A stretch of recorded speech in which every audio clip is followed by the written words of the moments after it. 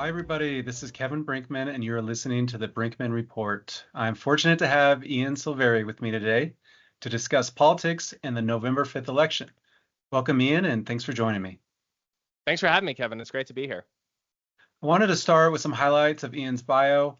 Former Chief of Staff to the Speaker of the Colorado State House of Representatives, political expert for NBC affiliate 9 News in Denver, columnist for Denver Post, wrote over 70 columns focusing on state and national politics and policy, adjunct professor at the University of Denver, host of Get More Smarter podcast, a weekly show about Colorado politics. And I've been listening to that weekly for the last couple of months, and I think it's incredibly entertaining and educational. So I love it. Founder of the Bighorn Company. Oh, yeah. And also, by the way, married to Brittany Paterson, U.S. Representative from Colorado's 7th Congressional District. You guys are such the power couple, Ian. The least powerful of the couple, for sure.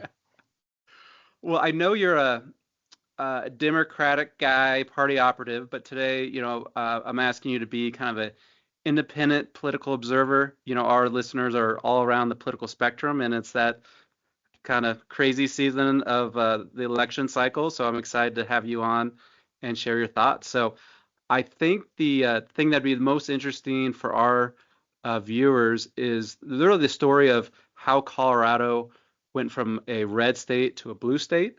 And I know you were a big part of that. So would you mind starting there and tell us a little bit of that story? Sure. Well, thanks for having me on. And a couple just like small additions or contextualizations to what you said. Yeah. All the things you said before podcast host are former things I used to do. So I'm like a big has-been. And when you say played a big part in it, I played a part in it. There were a lot of people doing a lot of work to shift Colorado from a red state to a blue state over the last several decades.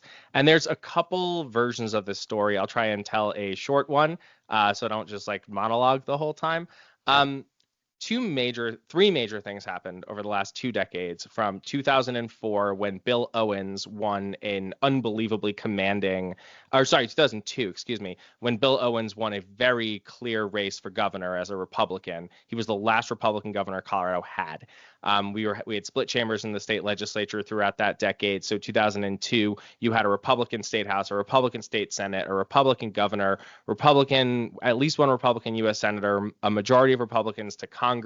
Most county commissions were Republican majorities. Like, this was a red state. It looked like Indiana or Idaho or Iowa, right? Along comes 2004, 2006. You have an unpopular President Bush. You have a secret got out about Colorado, a large number of people flocking to the state, reaction to the Iraq war going on.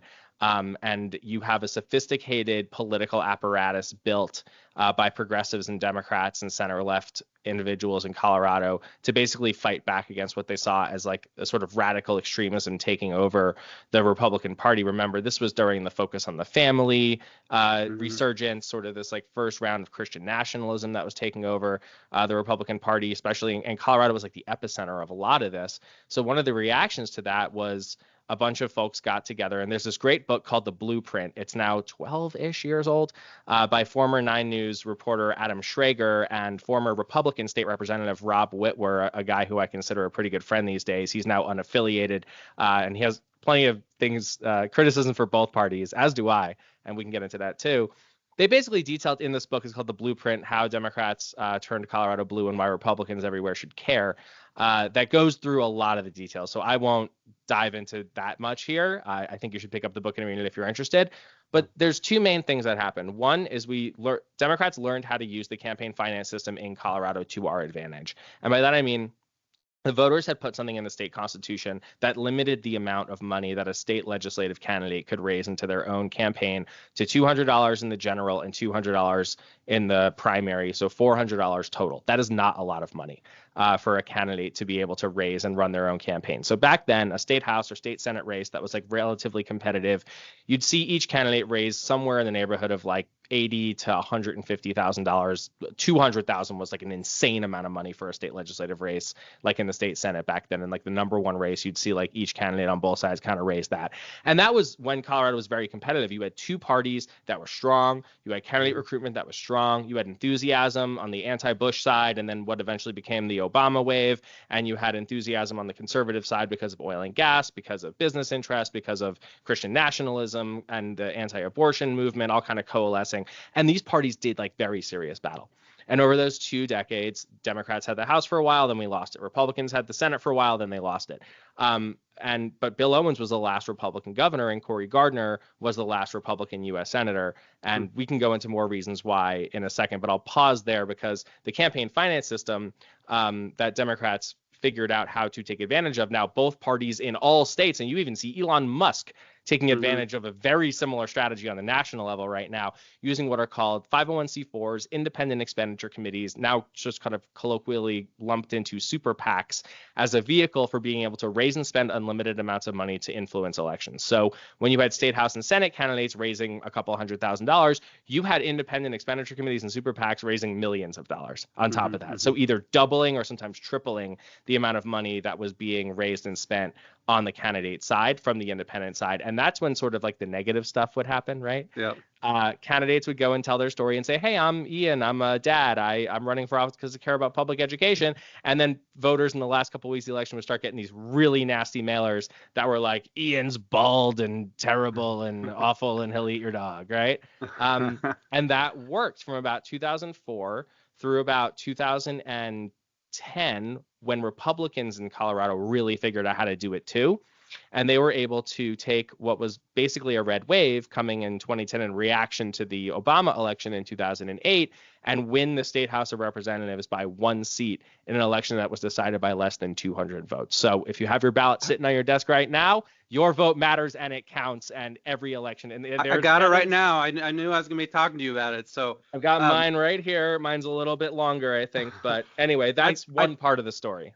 I think a lot of people just believe that people left the West Coast, left California, left Seattle, left Portland, and brought their politics to Colorado and voted that way. Like, how much of it is just the demographic change?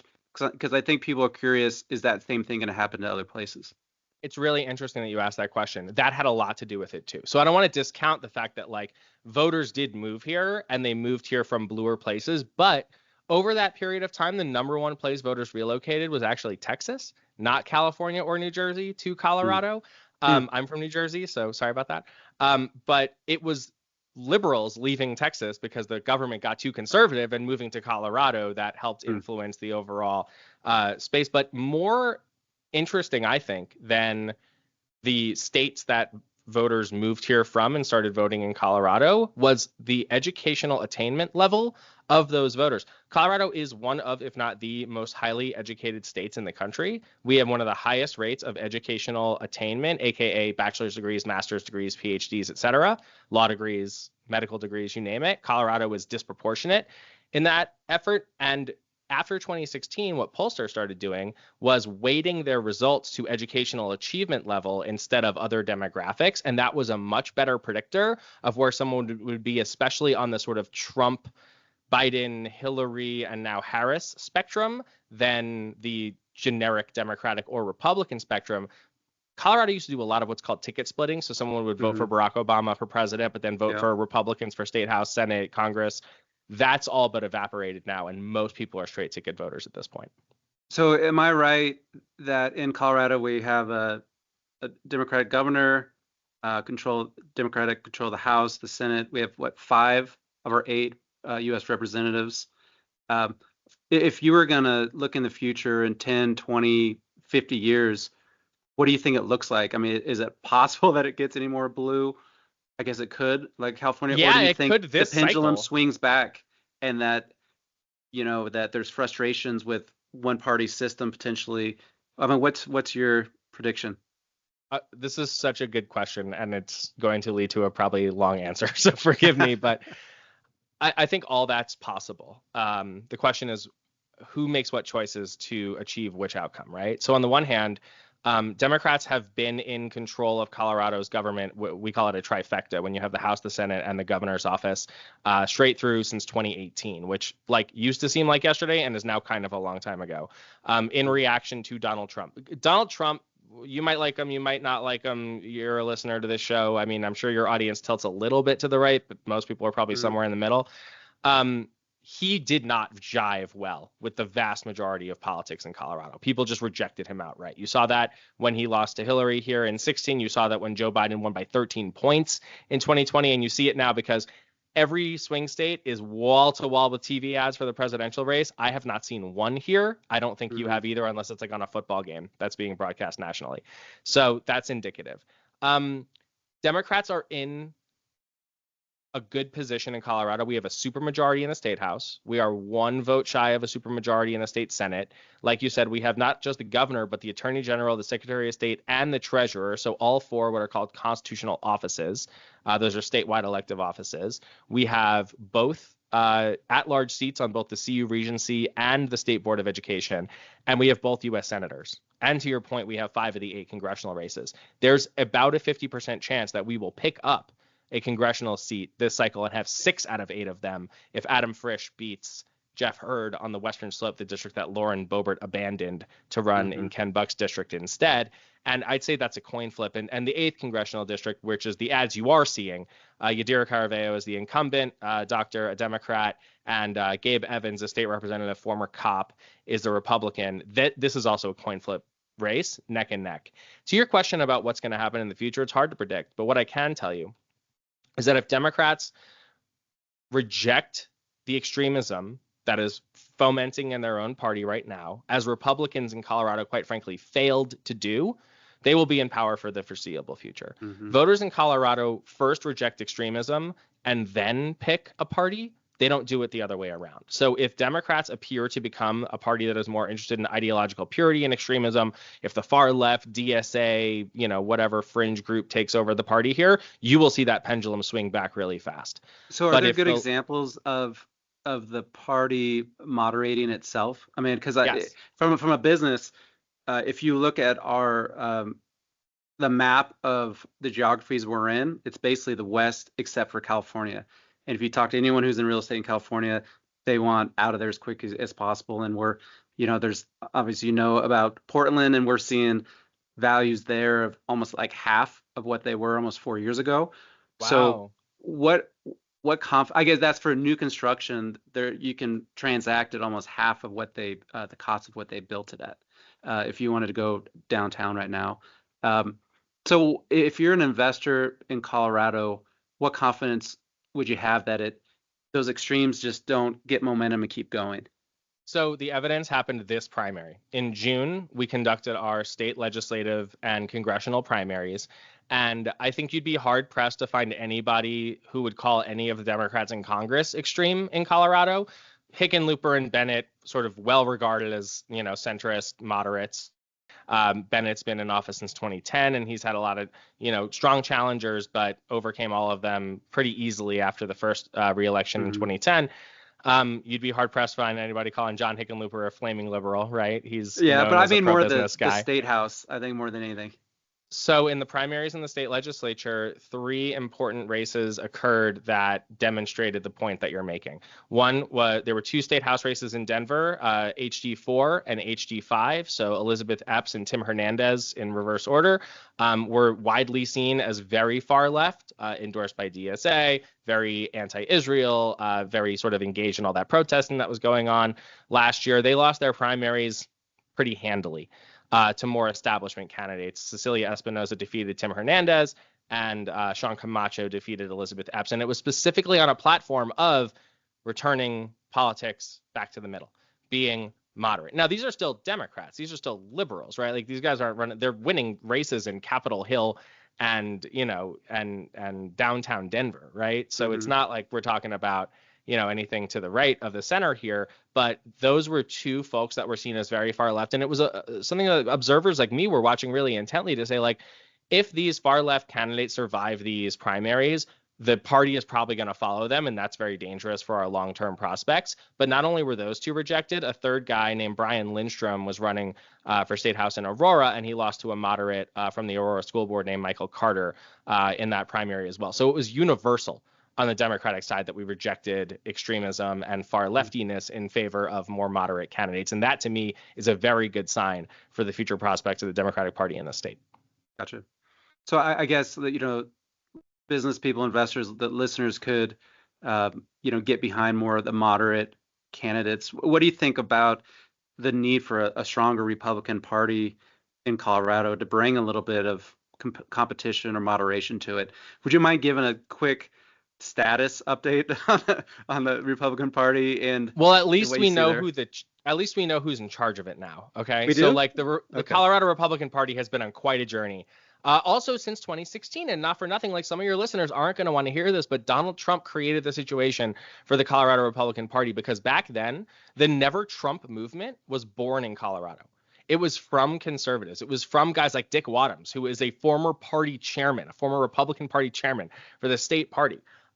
Former elected officials up and down the ballot. This guy Mario Nicholas, who used to be a Republican campaign finance attorney and was one of the lead attorneys on the Get Trump Off the Ballot case, right? The Never Trump movement was sort of born here, and it really took root. But then the pro-Trump MAGA side absolutely crushed them. They took over the state party. A guy named Dave Williams is now the judge certified chair, because they had a little bit of a leadership debacle, and we'll talk about that more in a second. But to your initial question, and this is going to get tomatoes thrown at me from my side, so you're welcome. I think a strong Republican Party is absolutely essential to preserving democracy everywhere in Colorado and across the country. And I would argue that a strong Democratic Party in red states is just as important. One party dominance is bad for everybody. For me, I'm perfectly happy with a Democratic supermajority in the House and a trifecta. But you need someone to check the worst impulses of the furthest extremes in each party, right? Sure, in states like Indiana that have a supermajority in both chambers, progressives and Democrats have no say in anything, and it is very far right. It is damaging in that way. They have pretty bad healthcare laws there, for instance, right? They have an expanded Medicaid. They have terribly draconian abortion laws, right?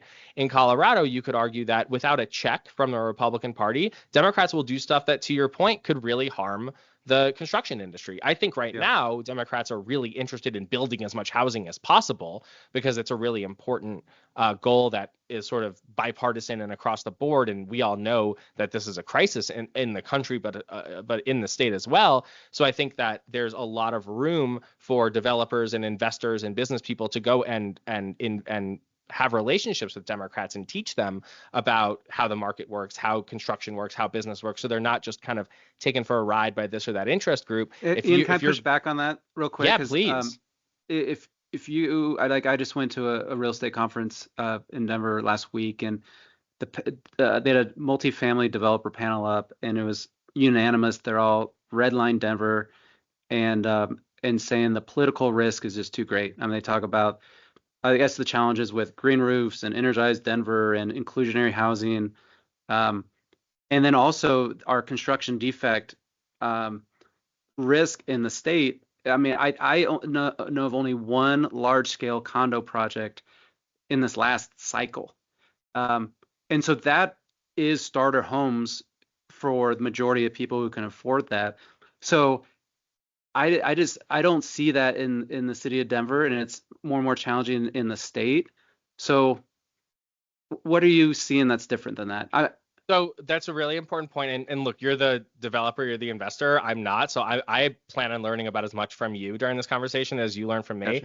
Gotcha. But I have a couple questions back to you, actually. So when you think about construction defects, I mean, people talk about tort reform, they talk about insurance, they talk about litigation, they talk about, well, the risk is too high, like you said, so I'm not even going to bother. I'm just going to build luxury townhomes at best, or single family homes in, all likelihood, right? That's what's being built here.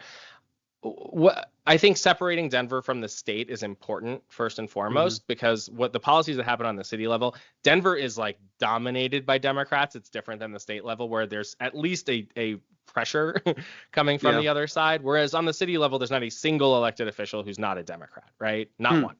So I do think that, like, it is up to the business community, in my estimation, to educate people on the ordinances, the laws, the vibes, because Yeah. I know that like laws have a lot to do with it, but I also think that vibes have a lot to do with it. If it's like this is a business unfriendly place or this is a builder unfriendly place, like they're just going to seek other markets, right? Yeah. So I think it's up to the mayor and the council on the city level to either to have that conversation with you all and to find out what is preventing you from doing what you want to do to create more housing, which will drive down costs, which will, to your point, increase the number of available starter homes. On the state level, I'm very curious about what else needs to be done on construction defects because I remember at least two big bipartisan press conferences over the last decade where they're like, we passed construction defects litigation reform, and now there will be $200,000 condos everywhere. And I Yeah. have not seen that happen. Yep. Yep. Yep. Yeah. I mean, talking to condo developers, they're basically saying that if you sign up for developing a condo project that's got the critical size that there's enough attorney fees in there for the lawyers get involved that you're just basically signing up for a lawsuit at this place. And just what you said, it's a big market. There's plenty of places that make money, and they're choosing to go somewhere else. So I guess at So the state, what can be done like on the state or city level to disabuse folks of that notion or to change the law to make it easier? I'm genuinely curious. yeah, what I hear is that there's still this risk of piercing the corporate veil that developers can be personally liable, and there's like that's just a non-starter for them. And I don't know how much of that is just fear and how much of that's real. Um, but I hear on the state level, there's a little bit more competition, so there's a little bit more moderation. It's just when you get into some of those pockets, like Boulder's a great example of that Totally. for a long time, right? Yeah, it's like I don't know if this is true or not, but I was actually having a conversation about this with my business partners this morning, and one of them said like it's literally illegal to build like duplexes and triplexes anywhere in Boulder. Is that true? Oh, I don't know about that. Yeah, so but like again, like Kamala Harris has been talking about building 3 million homes and Yeah, cutting red tape in order to do so. yeah. That requires either state superseding local ordinances Hmm. and zoning laws or local governments changing their zoning laws. And like I'll give you like a very like vulnerable sort of real world example. Like we live in Lakewood, just on like in between kind of two busy streets on like a little suburban single family home street, and there's a lot at the north end of the street or the south end of the street, excuse me, that I just heard, and who knows if this is true or not, is going to, be 100 or 200 unit apartment building. And on the Hmm. one hand, I'm like, YIMBY, let's go. We need more housing, build it everywhere. On the other hand, I'm like, oh, but like my kid rides his bike down the street. How many cars are Yeah, going to be coming down here now if there's 200 people living on the so like yeah, that's the yeah. first time I've ever had like a NIMBY instinct in my life. And of course, it's like the moment it affects me as a person. But I'm curious about like, is there a way we can go about this where you can like find places where it makes sense to build a lot of density and increase density in current neighborhoods without having this like immediate like fear backlash from, Hmm. suburban dads like me? Yeah, it's a challenge. I mean, that's the one of the big reasons we're in multifamily across the West. I mean, we were a developer and a contractor for a decade, and just seeing how hard it is to drive down costs, just on every line item of performa gets more expensive over time from impact fees and land and construction costs and labor. When we talk about um, moderation, I wouldn't mind talking about Proposition 131 on the ballot in Colorado. Is this the ranked Top choice four. voting one, right? Yeah, and Yeah. I'm wondering if that could create instead of, I think one of the challenges is, we go to the extremes in the primary, and then the general we have kind of extremes of both options that aren't great. Could this potentially solve some of that? So that's what proponents of the initiative would tell you. They would say that, if you want to get rid of Lauren Boeberts, if you want to get rid of Tim Hernandez's and Elizabeth Epps, you should put this Yeah. system into place.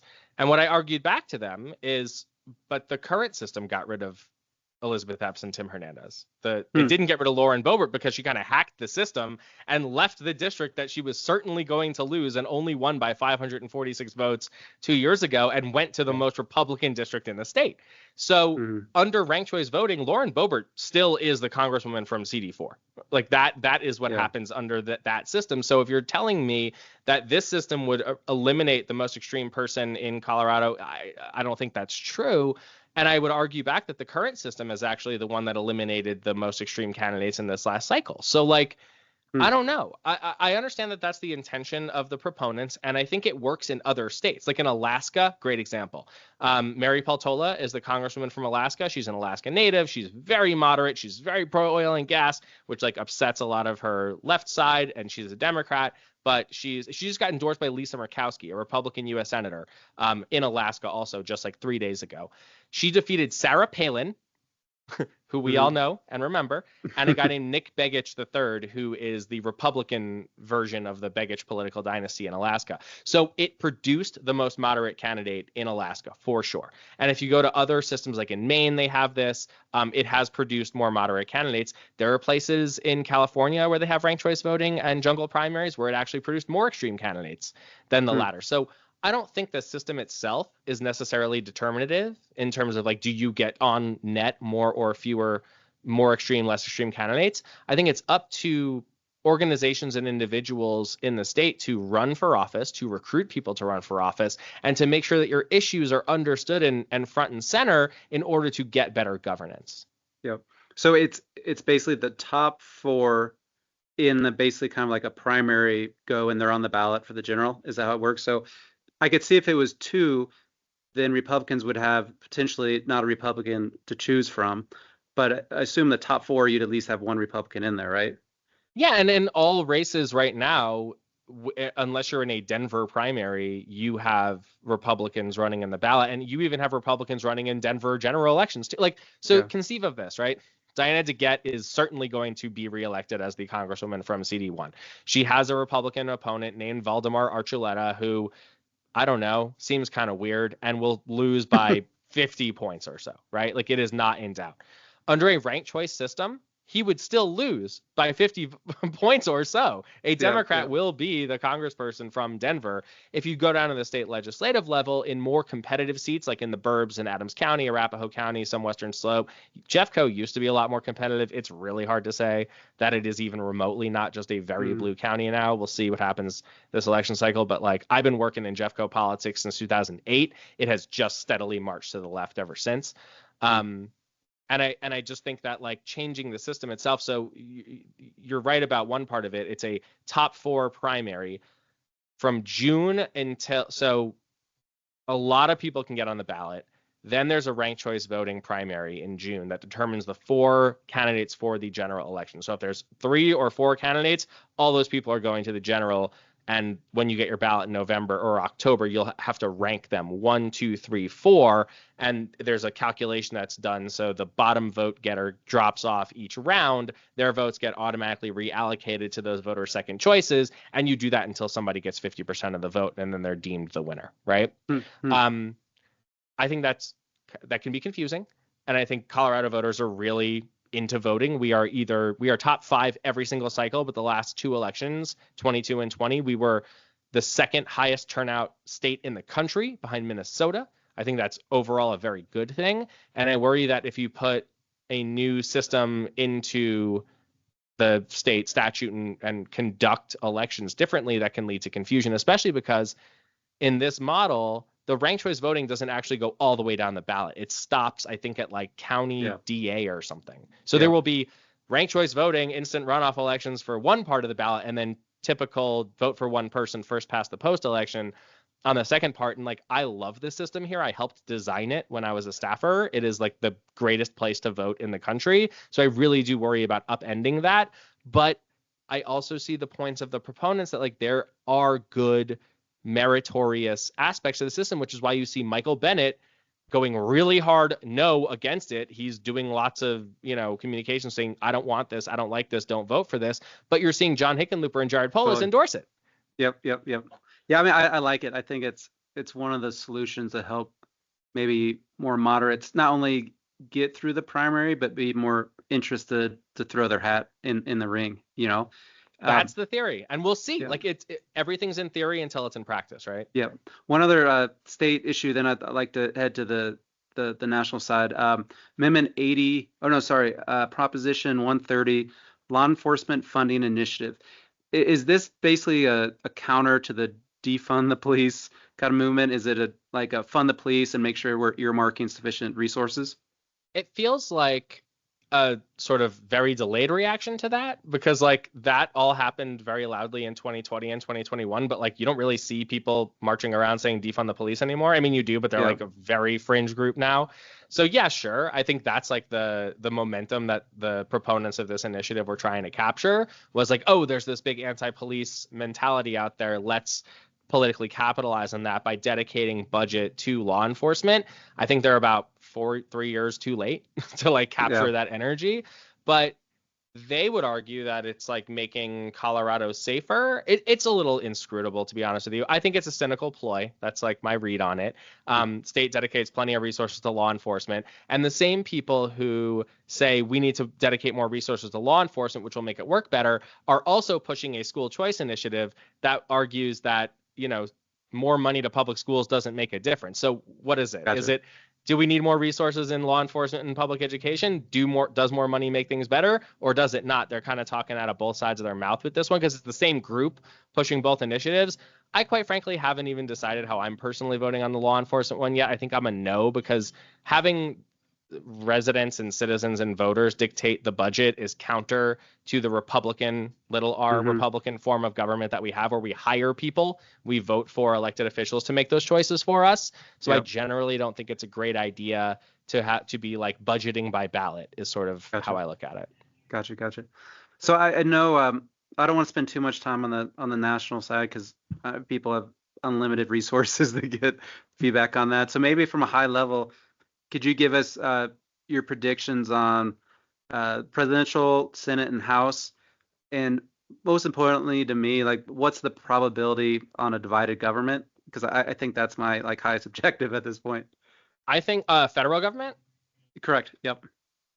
I think the likelihood of a divided federal government is near certain.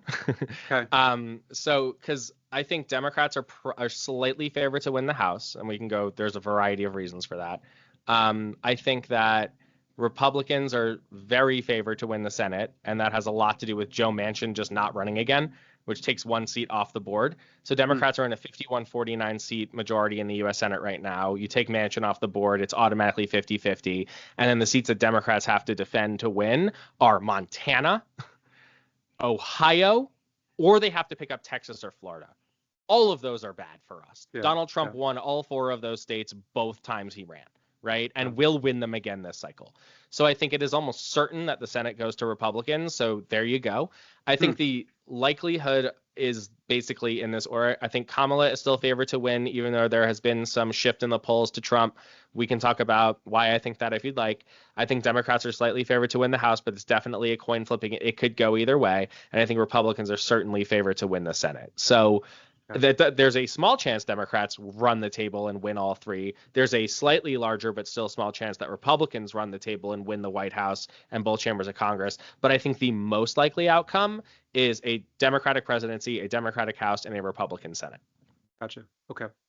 From a business investment point of view, I just am a big fan of divided government, where there's some of the more extreme policies really don't get momentum. And I hate when the rules of the game change significantly every 2 or 4 years, How about go ahead.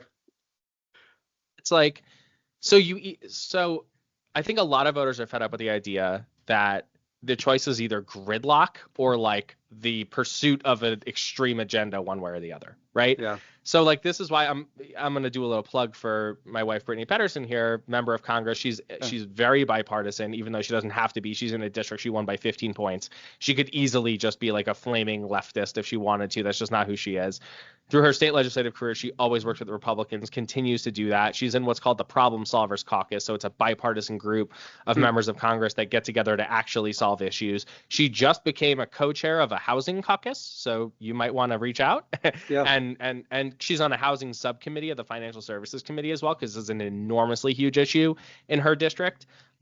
and is very open to ideas from everybody. Like, she does not think that one side or the other has a monopoly on the ideas on how to solve the housing crisis. So I would encourage everybody who's listening to reach out to Brittany Pedersen's office, especially if you live in Jefferson County, Broomfield, or some of the western and southwestern counties attached to Jeffco, because she is very open to your ideas and wants to do everything possible to make housing more affordable and more plentiful in Colorado. Yeah, could you talk a little bit more? What is it like to be a U.S. representative? I'm sure it's just as glamorous as it looks like in the movies, right? Yeah. What does it look like in the movies? I don't know what it's like to be one. I know what it's like to be very close to one. So that's what In I the can talk movies, about. you're usually the spouse is usually played by Tom Cruise, so that that's you in the movies. Good. Well, it looks just like me, so that's perfect. Isn't the spouse normally played by like a woman? Like, Yeah, that could this be is too. part of the thing. So a couple of things. One, Congress is not set up for young families. That is like absolutely true, right? We have a 5-year-old. We have another one due at the end of January or first Congrats. week of February. Thank you very much. But there is no accommodations made. They don't have a family leave policy. If Brittany can't be there to vote to certify the election, that like might be a problem depending on like what the majorities are and who wins the presidential race. Like, that there's a non-zero chance this will impact our lives and our lives will impact this, which is kind of weird to think about. And like, daycare is expensive in 2 different cities. And when our son Davis starts going to kindergarten, like, he won't be able to go to DC as much. And like, the spouse stuff is fun, but it's like definitely set up for women. It's like, do you want to go to the first lady's lunch, Ian? And it's like, I think I'm going to skip it. Like, it doesn't seem like it's for me. So it's been really amazing and interesting. And like, it's an absolute privilege that we get to be in these rooms and have these conversations, and that she's had a bill signed into law. This is like a thing, like, people, right now we have divided government because the Senate's controlled by Democrats, Joe Biden's the president, and Republicans have the House. But Brittany was able to get a bipartisan piece of legislation all the way through the House, all the way through the Senate, and signed by the president. It's somewhat minor, but it has to do with illicit financing of the drug trade, especially when it comes to fentanyl. So super duper important stuff. But like, in her first term, she actually got a bill signed into law, which, like, you don't hear that a lot, right? Yep. And that's because she works with Republicans. So like, I'm a big fan of bipartisan governance, especially in split chambers, because yes, it slows things down, but you can get things done that have broad agreement. Gotcha. So 2 last questions on the national election. The poly market and the online betting platforms are new, I think, to this cycle. So I'd just be interested in what you think on, are those realistic or a good prediction at all, or can they be kind of influenced by someone wanting to put a 7-figure number at it? And then number 2 would be, on election night, what are you watching to know if it's going to be a blue or red wave? Are there certain indicators? Yeah, so like, prediction markets are interesting because they are a second layer. It's like wisdom of the masses is sort of like the theory behind it. So like, when you were a kid, like, if you went to like the local pizza place, do they have like a jar of gumballs on the counter, and it's like, guess how many? Yep. So like, my guess is wrong and your guess is wrong, right? And like, if you do it enough times, someone's going to get it right just by chance. But what's interesting is that if you take every guess that happens on that jar of gumballs and take the mean of all the guesses, you're very close, if not accurate. So there's some magic that human beings have when all of us get together and make bets, especially when it involves like money, like when you're making a bet, that we get it right in the average or in the middle of our range of guesses, right? So that is very fascinating. Prediction markets used to work that way. And it used to be, there's this thing called the Iowa electronic market that was up and running, I think, as early as 2008, maybe 12. So forgive me if I'm off by a couple of years. But it was basically the first version of these betting markets. And you have Kalshi now and Polymarket now and Predict It. And you have a bunch of different platforms that do this with sort of various levels of legality and regulation. And we can talk about that too. But like right now, like, I'm looking at Kalshi, which is like a sort of domestic, non-crypto based prediction market. And like, Ted Cruz has an 82% chance of winning the U.S. Senate race in Texas, and Colin Allred has an 18% chance. And that's down from October 18th, where Cruz had a 74% chance and Allred had a 25% chance. Now, when people like me, I'm a practitioner, so maybe I'm a bad example. I think when regular people hear 82% chance, they think that's all but certain, right? Like, that will happen, but it's not. It means 1 out of 5 chances Colin Allred will win. right? So if Yeah. you reduce that fraction, like like 1 out of 5 sounds quite a bit more likely than 20%, even though it's the same number, right? Yeah. So I think there's a little bit of distortion going on here. It's hard to say, like, there's a slew of articles in the last 2 weeks about whales coming into these prediction markets and making huge pro-Trump bets in order to influence the market. So I think there's some evidence for that, but I also think it's an insane thing to do with several $1 million. Like, if you have that to light on fire and you're interested in like moving the vibes of a race, like, cool, go ahead. But you're also like maybe losing $1 million, like if Kamala Harris wins, and that's like a pretty big bet. So I'm more interested in looking at the average of polls. I'm more interested in looking at the difference or the distance to 50%. So on our podcast, we recorded an interview that unfortunately got trashed because the audio was bad. But there's this guy named Carl Allen, who's a data scientist. He lives in Ohio, and he is like a little bit heterodox against like the sort of prognosticator forecaster industry. Think Nate Silver, 538, The Economist, Politico. They all have these forecasting sites. And what they do is they take individual surveys and they make choices about which surveys they put into their overall averages, and they average them out. And it says, like, right now, if you go to 538, it says Donald Trump has a 51% chance of winning the presidency, right?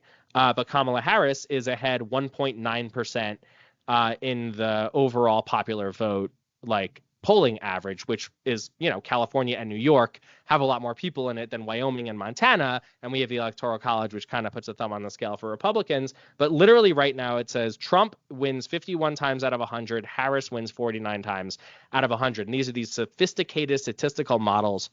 And these people put together that average polls. They put economic data in there. They put fundraising data in there. They put underlying congressional district polls in there. And in this big soup of numbers, it spits out 51 out of 49. How useful is a market prediction that says it's a 51% chance of winning?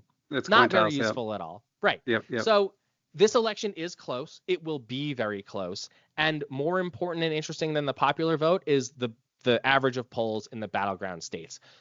What this guy Carl Allen said, and what I am like a pretty fervent convert to now, is that the way people report polls is wrong. People are reporting the margin between the candidates. So if Kamala has 48 and Trump has 46, they say Kamala's up 2. What they're not telling you is the distance to 50%. It doesn't matter what the margin is. What matters is, do you have votes or not, right? I would much rather be a candidate with 46% of the vote against a candidate with 40% of the vote, so a 6-point margin, but 4 points away from the threshold of 50%, than I would rather be 45 to 38.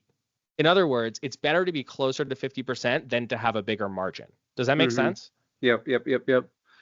Last question is probably the one that I think the most about when I filling out my ballot is just the U.S. debt, right? I think we're up to 35 trillion.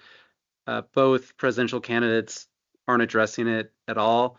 If you were to predict how our debt situation plays out over the next 10 to 20 years, I think as people are making investments and long-term kind of decisions, is it we just going to have to increase taxes, increase revenue? Is it we're going to have to decrease entitlements? Is it both? Is it another option? I mean, how do you see that all shaken out over time? It's a great question. So here's how I look at it. I care quite a bit less about the like overall amount, and like there's a difference between the debt and the deficit. So like there's a little bit of like parsing to be done here, but I care quite a bit less about those numbers than I care about the amount of the federal budget that is going to service the interest on the debt, because I see that as a lost opportunity cost, right?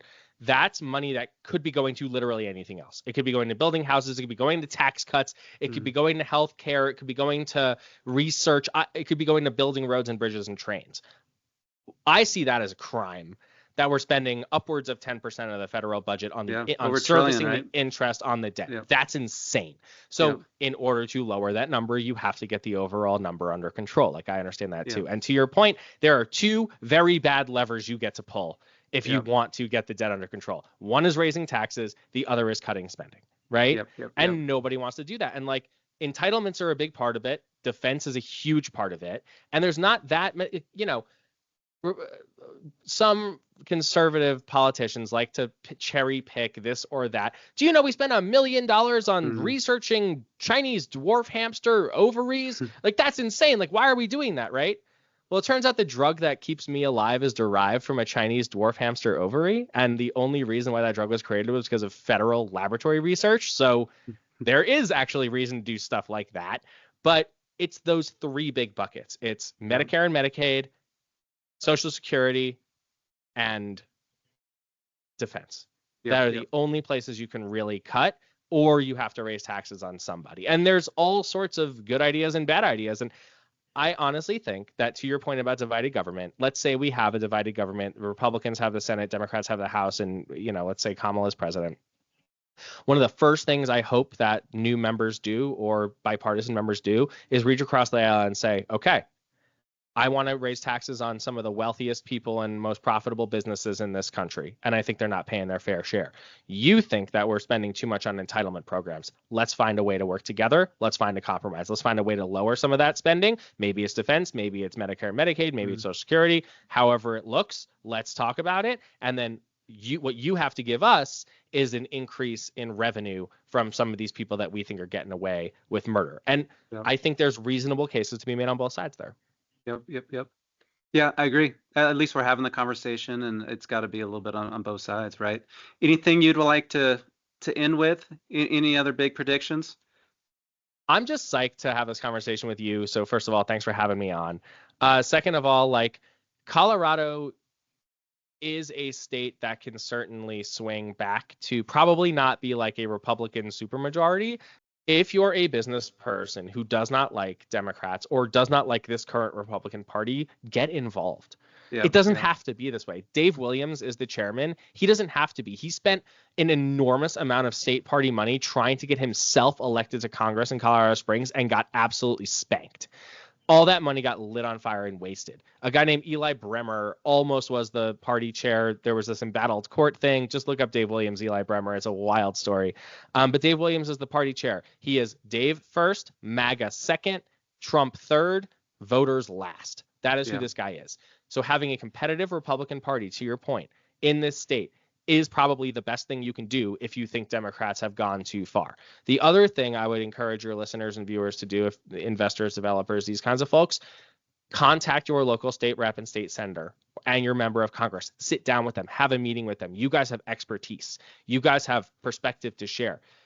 Otherwise, it's trade associations and lobbyists and people who don't necessarily share your views that are influencing the outcome in the Capitol. Get involved in your trade association. Make sure you know who your lobbyist is. Like, these are all things you can do too. But there's nothing better than an individual conversation with your lawmaker that can convince them one way or another on an approach or not. If you think construction defects, torts, building materials, labor costs, whatever it is that's driving up your costs and preventing people from investing in multifamily here, go tell your state representative, state senator, member of Congress about it. If you don't, someone else is filling that space in their head, maybe with something that is not the truth, or maybe it's something that is not with your interests.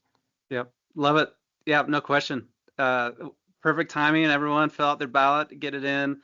And then I think no question, people need to get more involved in the political process. I think to maybe keep it from the extremes and maybe a little bit more moderation. So, Ian, thank you so much for your time. I learned a whole bunch this morning, so appreciate coming on. And everyone else, get your ballots in the mail, and we'll talk next month when thankfully the election will be over. We won't be talking politics, right? Well, we'll be talking something else about I mean, no matter who wins, there's gonna be stuff to talk about, right? Yep. All right, well, thank you. Well, thanks for having me on, man. That was really fun. Right. Appreciate it. Bye.